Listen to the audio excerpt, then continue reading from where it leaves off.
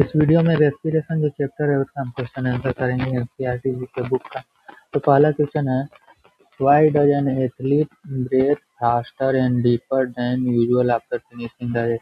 यानी कि दौड़ते समय जो रेसर होता है वो नॉर्मल से ज़्यादा क्यों ब्रेथ करने लगता है, फास्टर और डीपर क्यों? तो देखिए, आपको शुरू में ही बताए थे कि हम ज़्यादा एक्सरसाइज या कसरत करते हैं या दौड़ते हैं तो क्या होता है, हमारे शरीर में कार्बन डाइऑक्साइड के साथ लैक्टिक एसिड बैठने लगता है और वो क्या करता है, उससे दर्द होने लगता है। यानी कि हमको कार्बन डाइऑक्साइड और लैक्टिक एसिड को हटाना है तो क्या हमको करना होगा, ज़्यादा तेजी से सांस लेंगे तो ऑक्सीजन ज़्यादा जाएगा, यानी कि ऑक्सीजन सप्लाई हमको ज़्यादा करना होगा वो कार्बन डाइऑक्साइड को हटाने के लिए, यही ना।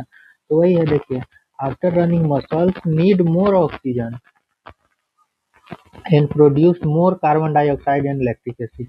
यानी कि ऑक्सीजन ज़्यादा चाहिए होता है लेकिन प्रोड्यूस क्या कर देता है, कार्बन डाइऑक्साइड और लैक्टिक एसिड ज़्यादा कर देता है। तो वो जो ऑक्सीजन का सप्लाई है उसको ज़्यादा करने के लिए, मोर करने के लिए और हटाने के लिए कार्बन डाइऑक्साइड हम लोग क्या करते हैं, ब्रीथिंग रेट को बढ़ा देते हैं और डीप इनक्रीज यानी कि गहरी सांस लेते हैं और जल्दी जल्दी सांस लेते हैं, यही ना करते हैं।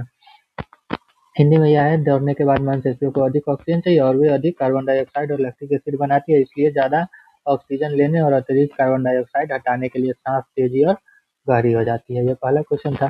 दूसरा क्वेश्चन में दिया हुआ है, एरोबिक और अनएरोबिक जो रेस्पिरेशन है उसमें क्या क्या सिमिलैरिटीज है और क्या क्या डिफरेंसेस है। तो पहले हम दोनों का सिमिलैरिटीज देख लेते हैं। देखिए, एरोबिक रेस्पिरेशन का मतलब क्या होता था, ऑक्सीजन की उपस्थिति में प्रेजेंस ऑफ ऑक्सीजन, और अनएरोबिक ऑब्सेंस ऑफ रेस्पिरेशन। तो प्रेजेंस ऑफ ऑक्सीजन एरोबिक और एब्सेंस ऑफ ऑक्सीजन अनएरोबिक। तो दोनों में सिमिलरिटी क्या था, दोनों में एनर्जी रिलीज हो रहा था, दोनों में ग्लूकोज बन ही रहा था, ठीक है। ग्लूकोज के साथ साथ में जो एरोबिक था उसमें क्या बन रहा था, ये आप बताइए, हमने वीडियो में बता दिया है, ठीक है। चलिए भाई, वीडियो पॉज करके बताइए और उसके बाद हम बताते हैं, एक थोड़ा देर सोचिए।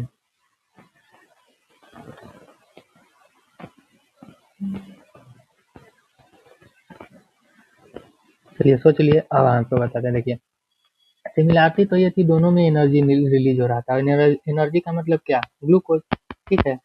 यही है, अनएरोबिक में एनर्जी कम रिलीज होता है, यानी कि ग्लूकोज कम रिलीज होता है, और एरोबिक में एनर्जी ज़्यादा रिलीज होता है क्योंकि वहाँ पर ऑक्सीजन की उपस्थिति में। तो देखो, एरोबिक में दोनों में एनर्जी रिलीज हो रहा था, यानी कि ग्लूकोज दोनों में बन रहा था। और एरोबिक हो या अनएरोबिक हो, दोनों लिविंग सेल्स में ही ना हो रहा था। जो ईस्ट था अनएरोबिक रेस्पिरेशन कर रहा था, तो ईस्ट क्या है, लिविंग सेल है। तो both occurs in living cell and involve breakdown of food, दोनों में फूड का ब्रेकडाउन हो रहा था, ठीक है।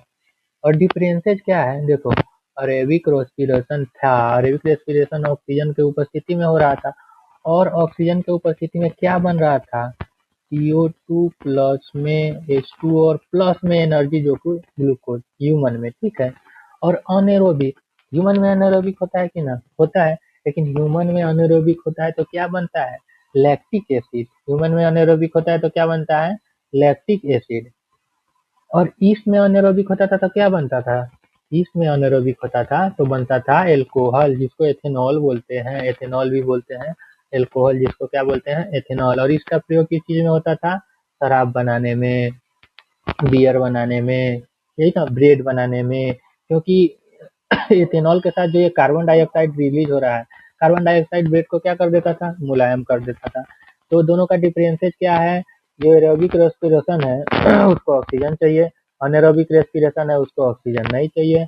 एरोबिक रेस्पिरेशन में कार्बन डाइऑक्साइड और वाटर के साथ में रिलीज हो रहा था एनर्जी, और बहुत ज्यादा मात्रा में, मतलब ज्यादा मात्रा में। और अनेरोबिक रेस्पिरेशन ऑक्सीजन के एब्सेंस में होता है, ठीक है। अनेरोबिक रेस्पिरेशन एनिमल में भी होता है, तो एनिमल में क्या बन जाता है, लैक्टिक एसिड बन जाता है, ठीक है। और ईस्ट में अनेरोबिक होता है तो क्या बनता है, एल्कोहल, या इसी को एथेनॉल, भी एल्कोहल को ही कहते हैं, तो एथेनॉल के साथ में कार्बन डाइऑक्साइड बन जाता है, ठीक है।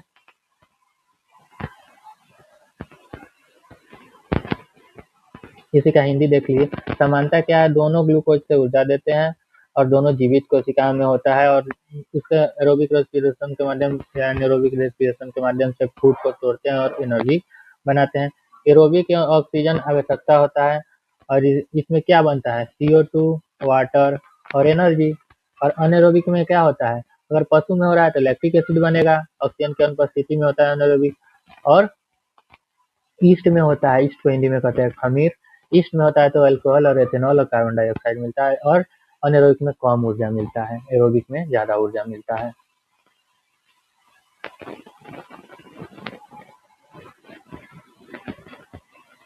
देखिए अब ये कह रहा है why do we often sneeze when we inhale a lot of dust laden air. जब हम लोगों के नाक में ज्यादा धूल उल घुस जाता है तो हम ज्यादा छींकते क्यों रहते हैं। तो देखिए जब हम सांस लेते हैं तो हमको चाहिए शुद्ध हवा, लेकिन जब सांस लेते हैं तो कभी कभी धूल कण नाक के अंदर चला जाता है, तो वो नाक के अंदर छोटे छोटे कण होते हैं तो उसको डिस्टर्ब करता रहता है, इरिटेट करता रहता है। तो क्या करता है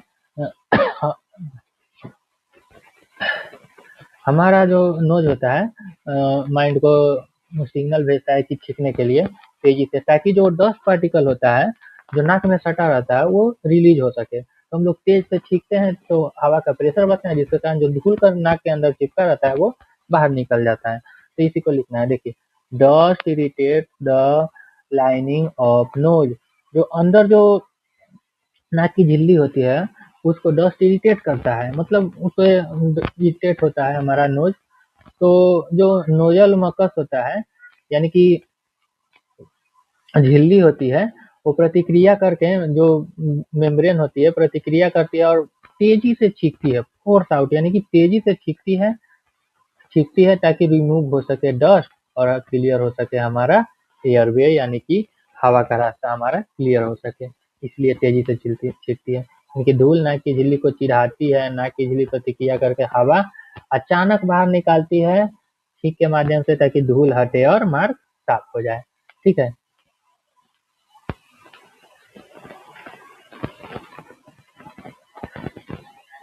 अगला क्वेश्चन है three test tube experiment which will have highest CO2। हम 3 गो टेस्ट ट्यूब ले रहे हैं, 1 2 3। अब कथी कर रहा है, एगो ये है, एगो बी है, एगो सी है। ए में खाली स्नेल है, बी में वाटर प्लांट है और सी में स्नेल प्लस में वाटर प्लांट है। ठीक है। अब क्या कह रहा है, सबसे पहले आप ये समझ जाइए, स्नेल जो होता है ये रिलीज क्या करता है, एनिमल है तो CO2 रिलीज करेगा। वाटर प्लांट जो है ये क्या है, प्लांट है तो ये ऑक्सीजन रिलीज करेगा। बस इसी पे ही सवाल है। जिसमें स्नेल होगा ये क्या रिलीज करेगा, CO2। जिसमें वाटर प्लांट है वो क्या रिलीज करेगा, ऑक्सीजन। और जिसमें स्नेल और वाटर प्लांट दोनों है तो स्नेल CO2 रिलीज करेगा और वाटर प्लांट क्या है, ऑक्सीजन रिलीज करेगा। तो क्या पूछ रहा है, test tube A will have highest CO2 concentration.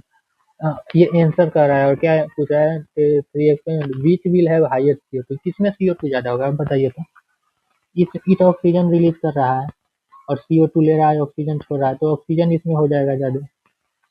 इसमें क्या ज्यादा होगा, देखिए स्नेल तो CO2 रिलीज करेगा, लेकिन जो ये वाटर प्लांट है ये क्या रिलीज करेगा, ये ऑक्सीजन रिलीज करेगा और वाटर प्लांट CO2 ऑब्जर्व कर लेगा और ऑक्सीजन रिलीज करेगा। लेकिन ई वाला जो है इसमें स्नेल क्या है, CO2 ही रिलीज कर रहा है, ऑक्सीजन ले रहा है और CO2 खाली रिलीज कर रहा है, CO2 रिलीज कर रहा है, CO2 रिलीज कर रहा है।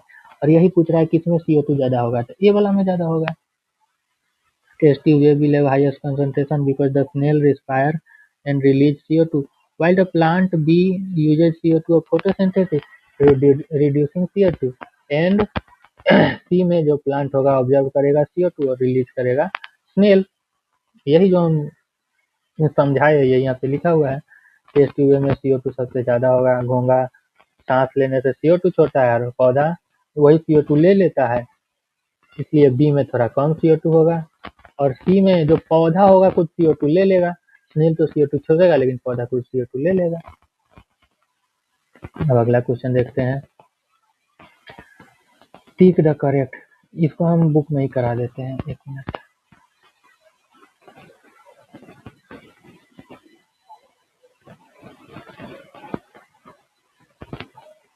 देखिए 5 नंबर से हम बुक से ही करा देते हैं। 5 नंबर में इन cockroach air इंटर्स the body.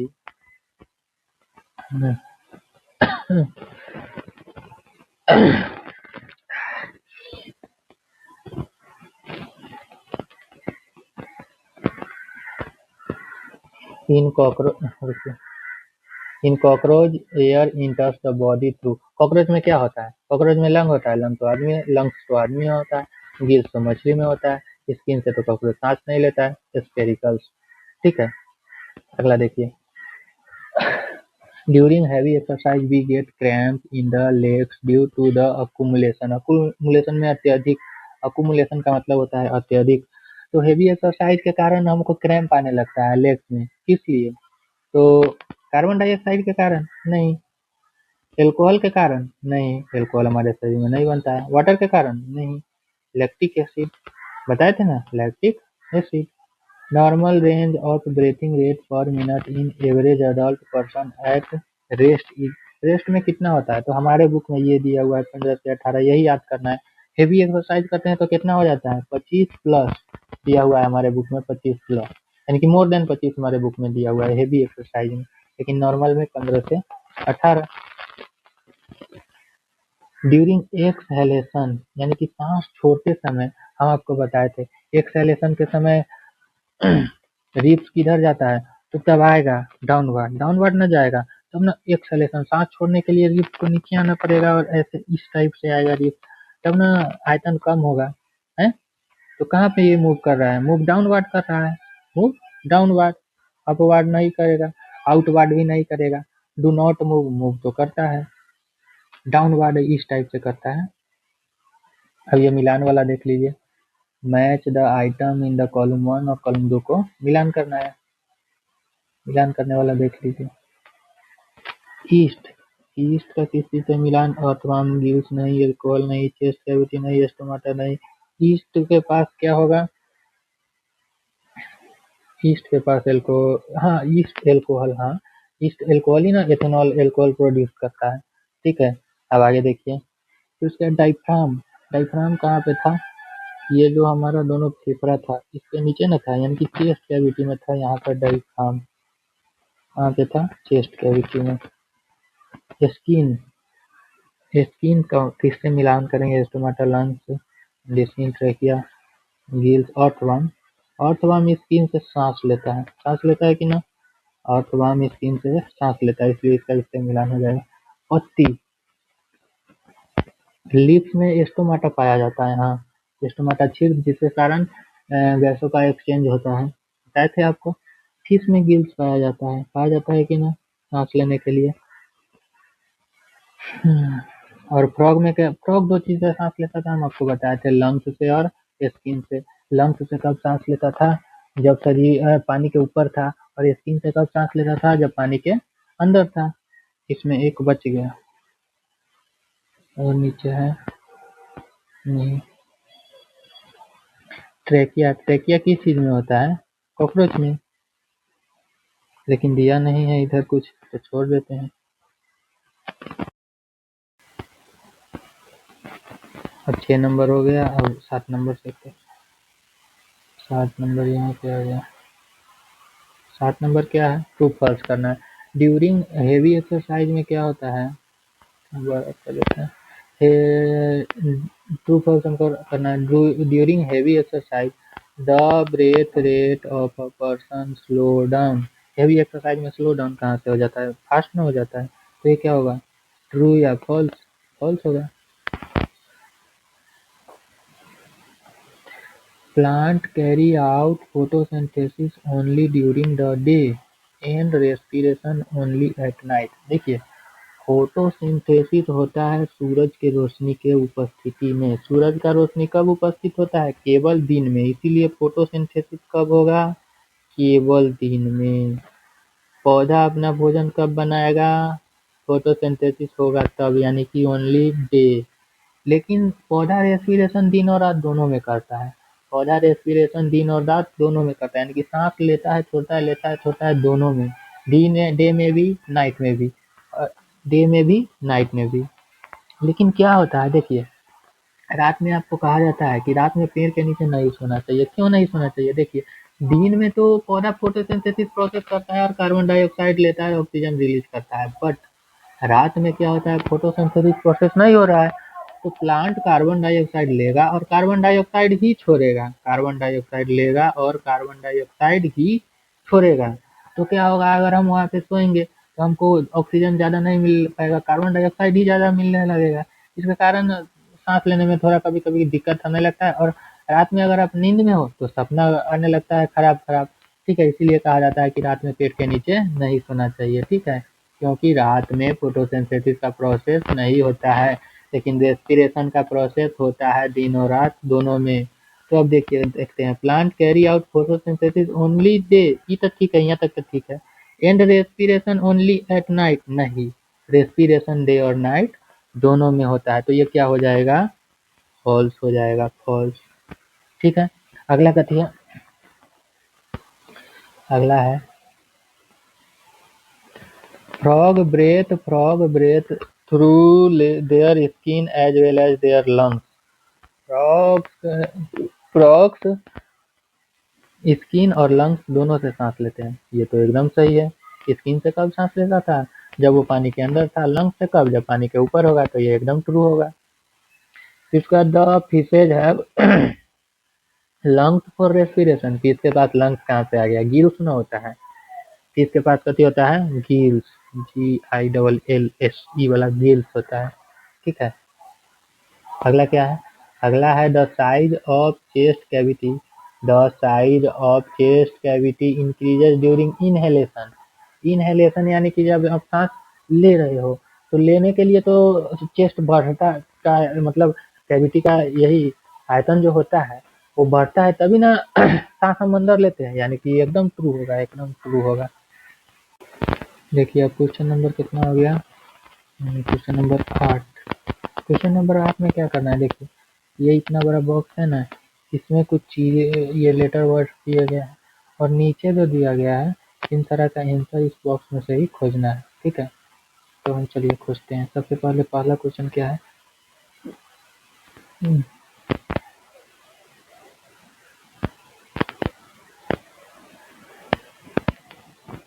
The air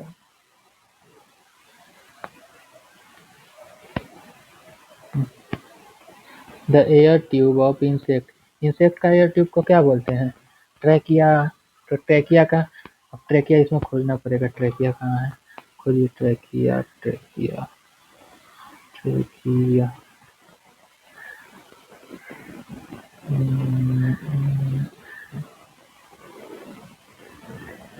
trachea, यहाँ देखिए, यहाँ आ गया, TRACHEA, ट्रैकिया मिल गया। तो इसका आंसर क्या हो जाएगा, ट्रैकिया। अगला क्या है, skeleton structure, skeleton structure, skeleton structure surrounded skeleton structure surrounded skeleton structure surrounded chest cavity। Chest cavity को क्या सराउंडेड कर रहा था, रिब या रिब केज। अब रिब या रिब केज इसमें खोजिए, रिब या रिब केज कहाँ पे है, rib, rib, RIBS, rib, rib तो है, तो रिब ही हो जाएगा। ठीक है, अगला देखते हैं, चलिए, अगला है muscles floor of chest cavity. Chest cavity का जो मसल्स फ्लोर होता था नीचे वाला, देखिए, तो ये नीचे मसल्स फ्लोर था, ये तो हम क्या बोलते थे, डाइफ्राम। डाइफ्राम अब इसमें खोजना है, DIAPHRA, DIPHRA, एम ही इसमें नहीं है। तो डाइफ्राम आप खोजिएगा, यहाँ पर ए तो है, हाँ, DIPHRAM, ऐसे भी तो हो सकता है, DIPHRAM, डाइफ्राम। ठीक है, इसको हम कर देते हैं, DIPHRAM, डाइफ्राम। अगला देखिए, tiny pores on the surface of leaf, stomata. अब स्टोमाटा को खोजिए किधर है,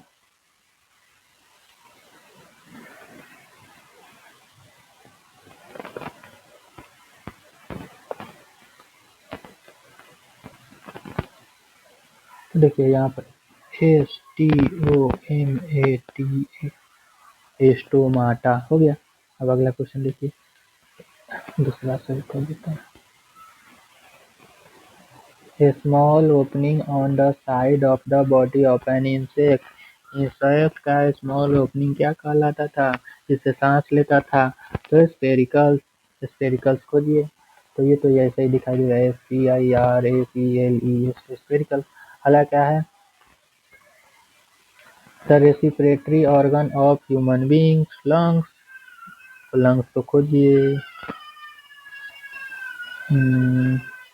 लंग्स यहाँ पे देखिए, LUNGS, लंग्स। और क्या है? The opening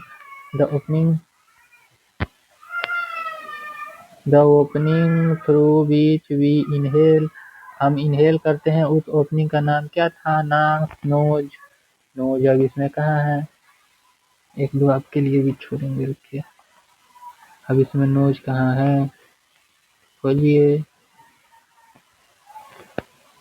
knows, NOSTRIL। Nostril भी तो होता है, नासिका। नोस्ट्रल मतलब नासिका, ठीक है, ये भी हो सकता है। अगला क्या है? एन अनेरोबिक रेस्पिरेशन, कोई अलग ले लेते हैं। An anaerobic organism. Anaerobic organism क्या था? ईस्ट था। तो ईस्ट, YEST। ईस्ट तो ऐसे ही नजर आ रहा था, YEST, ठीक है। अगला क्या है? An organism with tracheal system. चलिए ये लास्ट है, ये आप लोगों के लिए है। ऑर्गेनिज्म विथ ट्रैकियल सिस्टम कौन सा था? ऑर्गेनिज्म ट्रैकियल सिस्टम इंसेक्ट में था। इंसेक्ट में या फिर कॉकरोच में। तो आपको दो दो चीज में से कोई एक खोजना है, कॉकरोच या फिर इंसेक्ट। तो इंसेक्ट या फिर कॉकरोच। तो इसका मीनिंग हम आपको लिख देते हैं।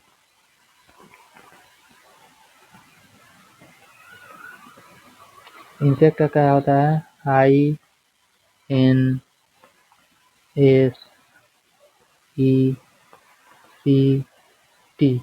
इंसेक्ट, ठीक है। INSECT, insect. या फिर आपको मिल जाएगा कॉकरोच, COCKROACH।